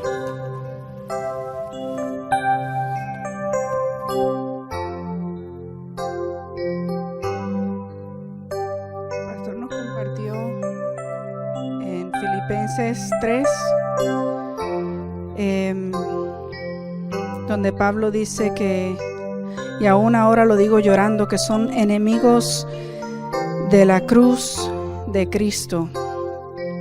Y el Señor me dio una palabra y me dijo: los enemigos de mi cruz son aquellos enemigos de la mortificación del pecado. O sea, son enemigos a la mortificación del pecado que aún mora en ellos. Enemigos a negarse a sí mismos y tomar su cruz y seguir a Cristo. Y luego nos llevó en Efesios 2, 14 al 16, donde habla de que la cruz de Cristo, en Cristo aboliendo las enemistades en su propio cuerpo. Cristo abolió en su cuerpo las enemistades, y las enemistades son una de las obras de la carne. ¿Sí lo sabía?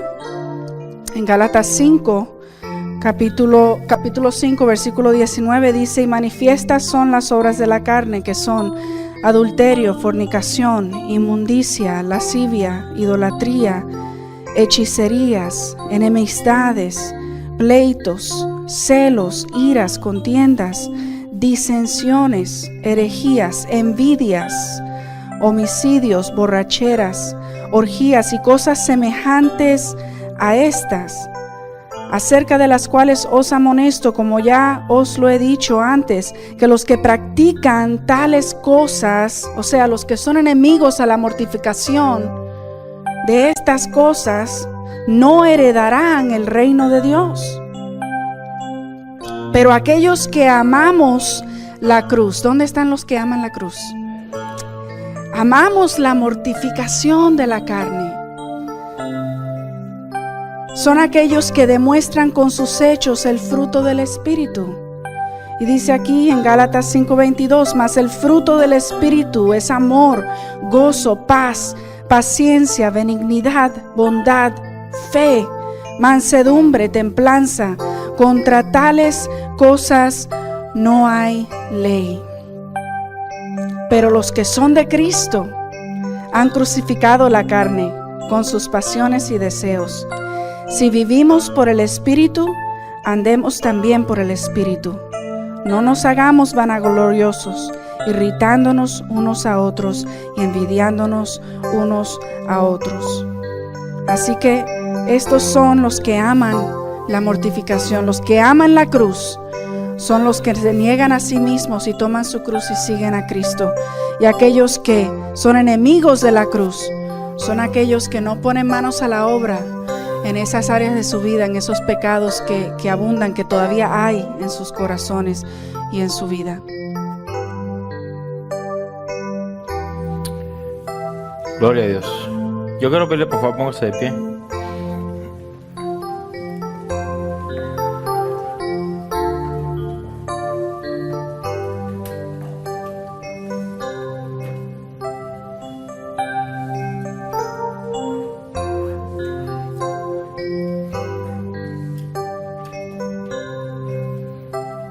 Yo le quiero dar unos breves momentos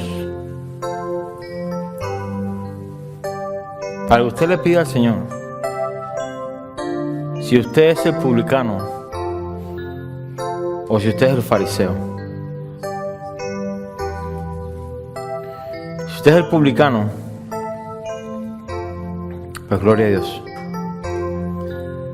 porque la Biblia nos asegura que iremos a nuestros hogares justificados, porque hemos visto nuestra propia condición. Pero si usted es el fariseo, yo quisiera pedirle que usted pues Puede pasar al frente si quiere.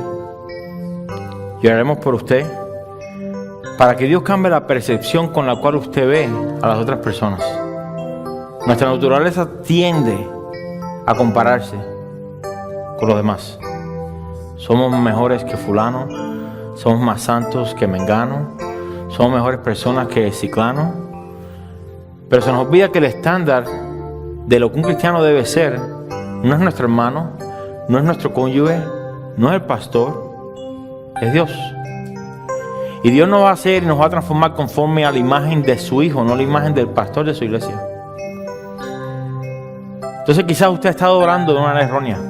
Quizás usted ha estado mirando con los lentes de déjame ver si soy mejor que alguien para sentirme a paz conmigo mismo. Porque si soy mejor que alguien, o fulano, que mengano, pues me siento un poco a paz. Créame que delante de Dios no podemos estar ninguno de nosotros en pie. Y a menos que reconozcamos nuestra necesidad de Dios, seguiremos descendiendo al templo, orando de la misma manera y adquiriendo los mismos resultados. Oídos sordos de parte de Dios. Tanto así que por mucho que ore, estará orando para con usted mismo. Entonces, si ese es el caso y usted quiere que Dios le cambie la manera en que usted se vea a usted mismo, compárese con la Biblia y quiere pasar al frente, aquí oraremos por usted. Porque Dios no hace acepción de personas. Y garantiza que a un corazón contrito y humillado, Él no rechaza. Pero lo contrario, eso es lo siguiente. A un corazón orgulloso, prepotente, pues Dios lo tiene de lejos. Dios lo tiene de lejos. Gloria a Dios por aquellas personas que reconocen su necesidad.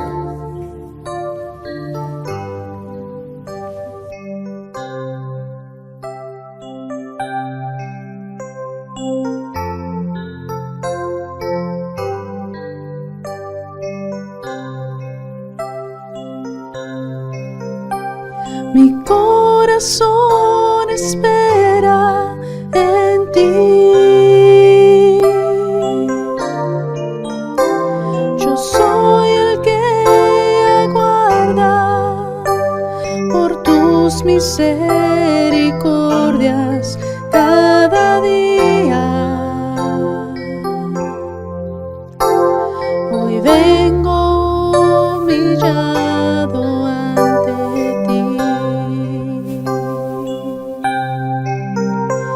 Mi corazón te busca, Señor.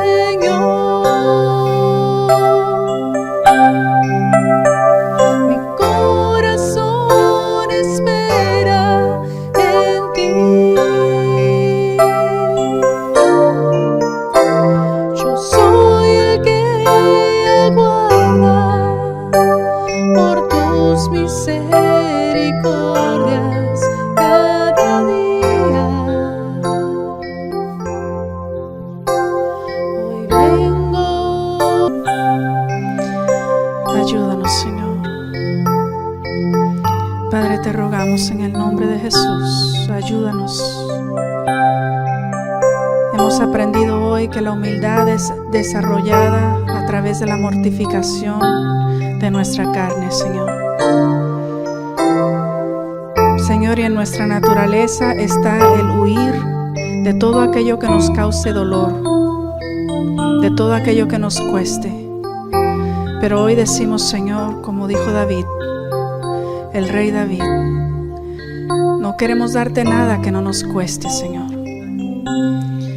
Queremos alabarte y adorarte y hacerlo con vidas totalmente rendidas a ti, Señor. Constantemente reconociendo nuestra necesidad de ti, Señor. Constantemente, cada día viniendo a ti. Hacer morir lo terrenal, obedeciendo tu palabra. Poniendo por obra todo lo que tú nos has enseñado, Señor. Ayúdanos, Señor. Te necesitamos. Ayúdanos a crecer en humildad, Señor. A tener corazones mansos y humildes como el tuyo, Señor. Y a mortificar esta carne cada día. Te lo pedimos, Señor, en el nombre de Jesús. Amén y amén. Gloria a Dios. Gloria a Dios. ¿Cuántos verdaderamente pueden decir que Dios puede hacer la obra en usted. La buena obra que Él comenzó, la terminará. Y la continuará perfeccionando hasta el día de Cristo, por su fidelidad. Amén.